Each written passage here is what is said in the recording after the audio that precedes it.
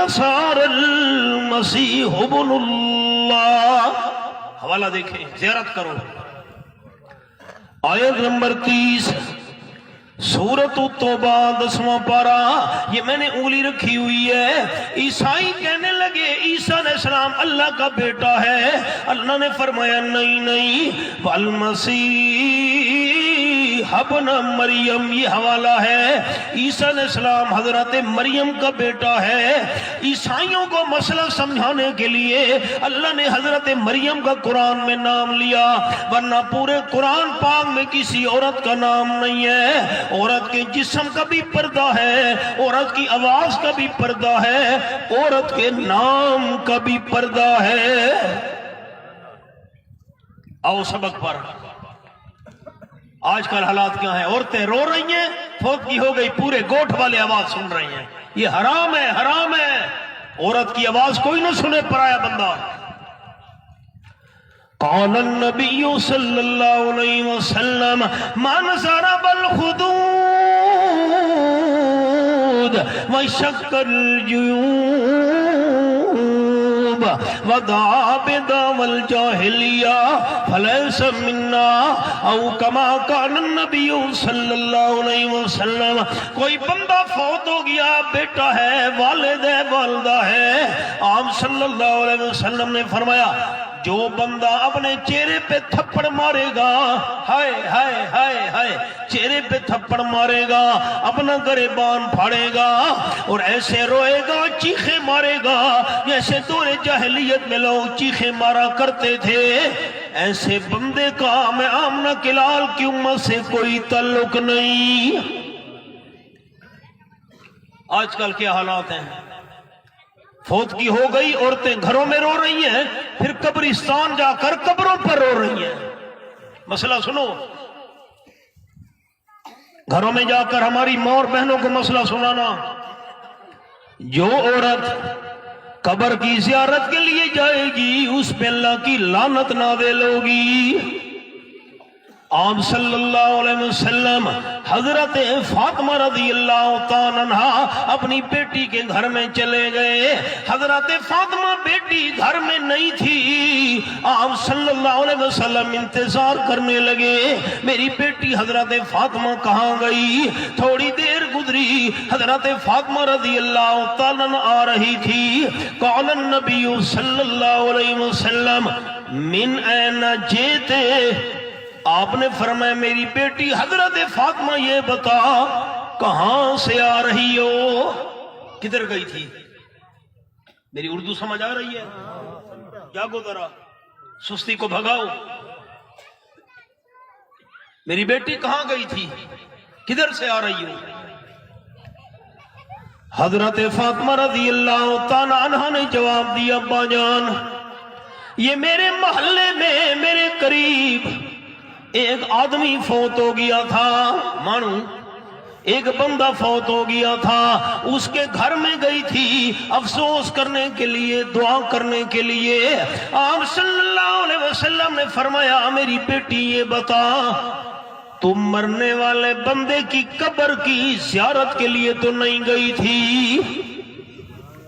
مسئلہ سنو، مسئلہ.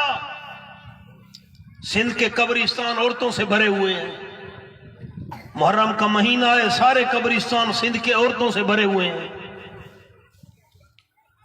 آپ صلی اللہ علیہ وسلم نے فرمایا میری بیٹی حضرت فاطمہ یہ بتا تم مرنے والے کی قبر کی زیارت کے لیے تو نہیں گئی تھی؟ حضرت فاطمہ بیٹی نے جواب دیا نہیں ابا جان میں مرنے والے کی قبر کی زیارت کے لیے نہیں گئی تھی، مجھے آپ صلی اللہ علیہ وسلم کی حدیث یاد ہے، لعن رسول اللہ صلی اللہ علیہ وسلم زائرات القبور. جو عورتیں قبروں کی زیارت کے لیے جاتی ہیں ان عورتوں پہ اللہ کی لعنت نازل ہوتی ہے. آپ سارے بروہی دوست مجھے بتائیں، اونچا بتانا، چپ نہیں رہنا، مہربانی کرنا، میں بڑے عرصے بعد آیا ہوں. جو عورت قبر کی زیارت کے لیے جائے اس پر اللہ کی رحمت آئے گی یا لعنت آئے گی؟ اونچا بتائیں، اونچا کیا آئے گی؟ لعنت. آگے مسئلہ سنو.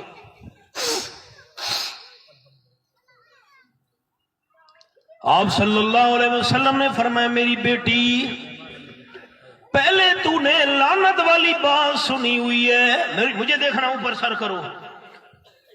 پہلے تو نے لعنت والی بات سنی ہوئی ہے، جو عورت قبر کی زیارت کے لیے جائے اس پہ اللہ لعنت نازل کرتا ہے. آج دوسری بات سن لے، لو زرت قبرہا